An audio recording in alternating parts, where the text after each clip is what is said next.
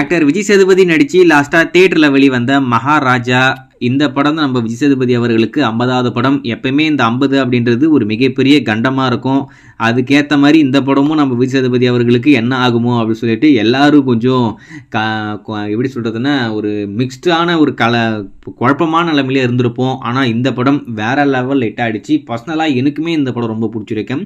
அதில் குறிப்பாக அந்த ஒரு ட்விஸ்ட்டையும் அவங்க ரிவீல் பண்ணும்போது ஒரு பயங்கரமான கூஸ்பம் வரும். படம் ஸ்டார்ட் பண்ணி ஒரு 30 நிமிஷம் என்னடா இது ஒன்றுமே புரியலையே அப்படின்ற மாதிரி மண்டையை சொருவிங்க. ஆனால் இதுதான் அதாவது இந்த கதைக்குள்ளே அவங்க போனதுக்கப்புறம் இந்த படம் போகிற போக்கு வேறு மாதிரி இருக்கும். அதில் மட்டும் எந்த ஒரு மாற்றமே இல்லை. அதில் இன்னொரு முக்கியமான விஷயம், எப்பயுமே நம்ம விஜய் சேதுபதி அவர்கள் ஒரு படம் நடிக்கிறாரு அப்படின்னு சொன்னால் அந்த படத்துடைய ஓடிடி ரைட்ஸை யாருமே வாங்க மாட்டாங்க.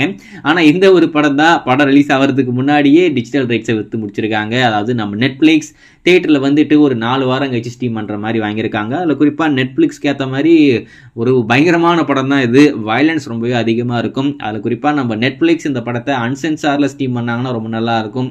ஆனால் இப்போ என்னடானா நம்ம நெட்ஃப்ளிக்ஸை பொறுத்த வரைக்கும் நம்ம சென்சார் பண்ணதை மட்டும்தான் ஸ்ட்ரீம் பண்ணணும் அப்படின்ற மாதிரி ஒரு தீர்மானத்தில் இருக்காங்க. சரி, இந்த மகாராஜா படத்தை பற்றி இப்போ என்ன அப்படின்னு பார்த்தீங்கன்னா, இந்த படம் நம்ம விஜய் சேதுபதி கெரியர்லேயே இல்லாத அளவுக்கு ஒரு பயங்கரமான பாக்ஸ் ஆஃபீஸ் ரெக்கார்ட் பண்ணியிருக்கு முதல் வாரத்தில்.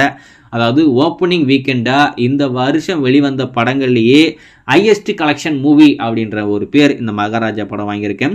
இந்த படம் ஒரு வாரத்தில் எவ்வளோ வசூல் வந்திருக்கு அப்படின்னு பார்த்தீங்கன்னா 32.6 கோடி ரூபாய் இந்த படம் இப்போதைக்கு இந்த ஒரு வாரம் மட்டும் வந்திருக்கு. நம்ம இந்த படத்துடைய ரிவ்யூ சொல்லும் போதே சொல்லியிருந்தோம், மோஸ்ட்லி எனக்கு பொறுத்த வரைக்கும் இந்த படம் 50 கோடி ரூபாய் கிளப்பில் ஜாயின் பண்ணுறதுக்கு நிறையவே வாய்ப்பு இருக்குது அப்படின்ற மாதிரி நான் சொல்லியிருந்தேன்.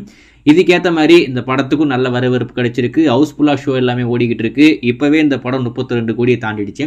கண்டிப்பாக இன்னும் ஒரு நாளில் 50 கோடி ரூபாய் கிளப்பில் இந்த படம் ஜாயின் பண்ண போகுது. அது மட்டும் இல்லாமல் 100 கோடி ரூபாய் கிளப்பில் இந்த படம் ஜாயின் பண்ணிச்சுன்னா இந்த வருடம் 100 கோடி ரூபாய் கிளப்பில் ஜாயின் பண்ண 2வது தமிழ் படம் அப்படின்ற ஒரு பேர் இந்த மகாராஜா படம் வாங்கும். ஏன்னா ஏற்கனவே அரண்மனை படத்துடைய பார்ட் 4 100 கோடி ரூபாய் கிளப்பில் ஜாயின் பண்ணிடுச்சேன்.